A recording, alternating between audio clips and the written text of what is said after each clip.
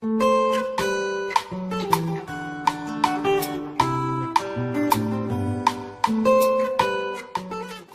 sommes dans cette période de temps où la grande prostituée doit être jugée.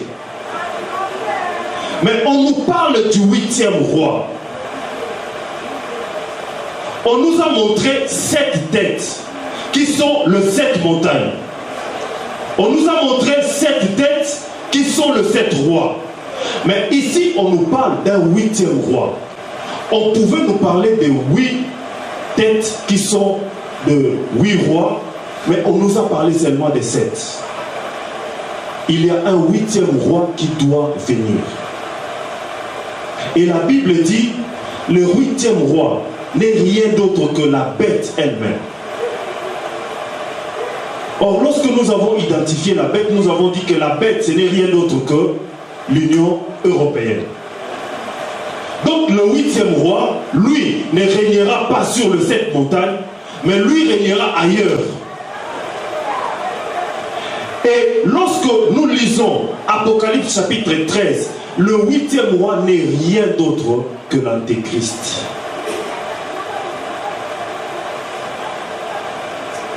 L'apôtre Paul écrit dans 2 Thessaloniciens au chapitre 2, il dit « Le mystère de l'iniquité agit déjà. Il faudrait simplement que celui qui le retient ait disparu, c'est alors qu'il paraîtra. » Je vous ai dit, bien-aimés, que 7 rois sont déjà passés. Le 7e, il vit encore, mais il est déjà passé, il n'a pas le trône. Le 8e roi que nous sommes en train d'identifier, dont nous parlons aujourd'hui, que nous appelons l'Antéchrist, ne sera rien d'autre que le président de l'Union européenne. Parce qu'on dit, le 8e est la bête elle-même. Celui qui va régner sur l'Union européenne sera le 8e roi. Ce n'est pas celui qui est au Vatican aujourd'hui. Je vais ouvrir une parenthèse pour dire, l'Europe n'a jamais de président jusqu'aujourd'hui. Depuis que ça a commencé, jusqu'aujourd'hui, il n'y a pas de président. Ceux que vous voyez là, on les appelle les présidents des commissions européennes.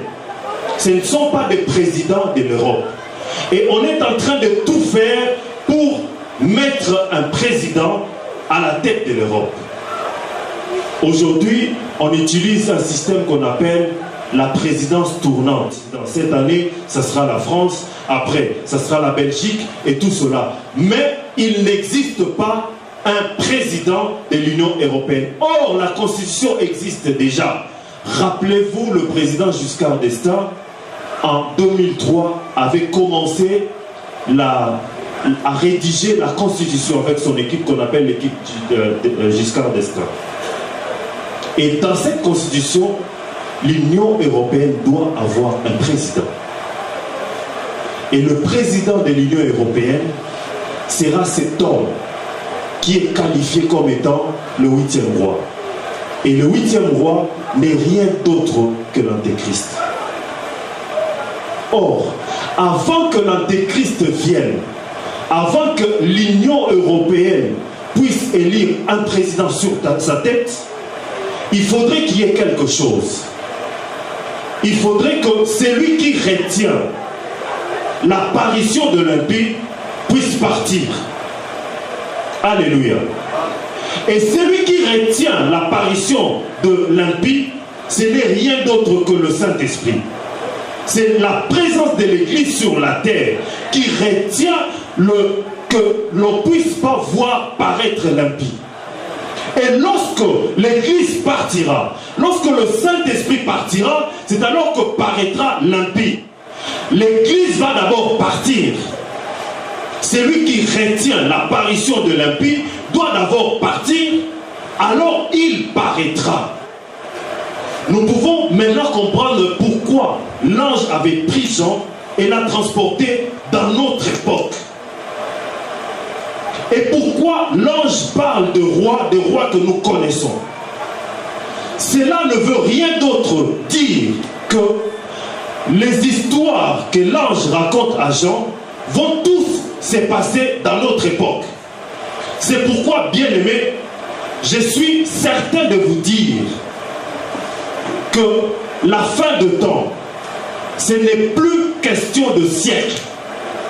Si tu crois encore que la fin des temps c'est pour le siècle prochain, nous allons mourir, nos enfants vont mourir, d'autres vont mourir, viendra encore le Seigneur, tu te trompes. La fin des temps, c'est question d'années. Parce que le 8e roi, dans très bientôt, il va entrer.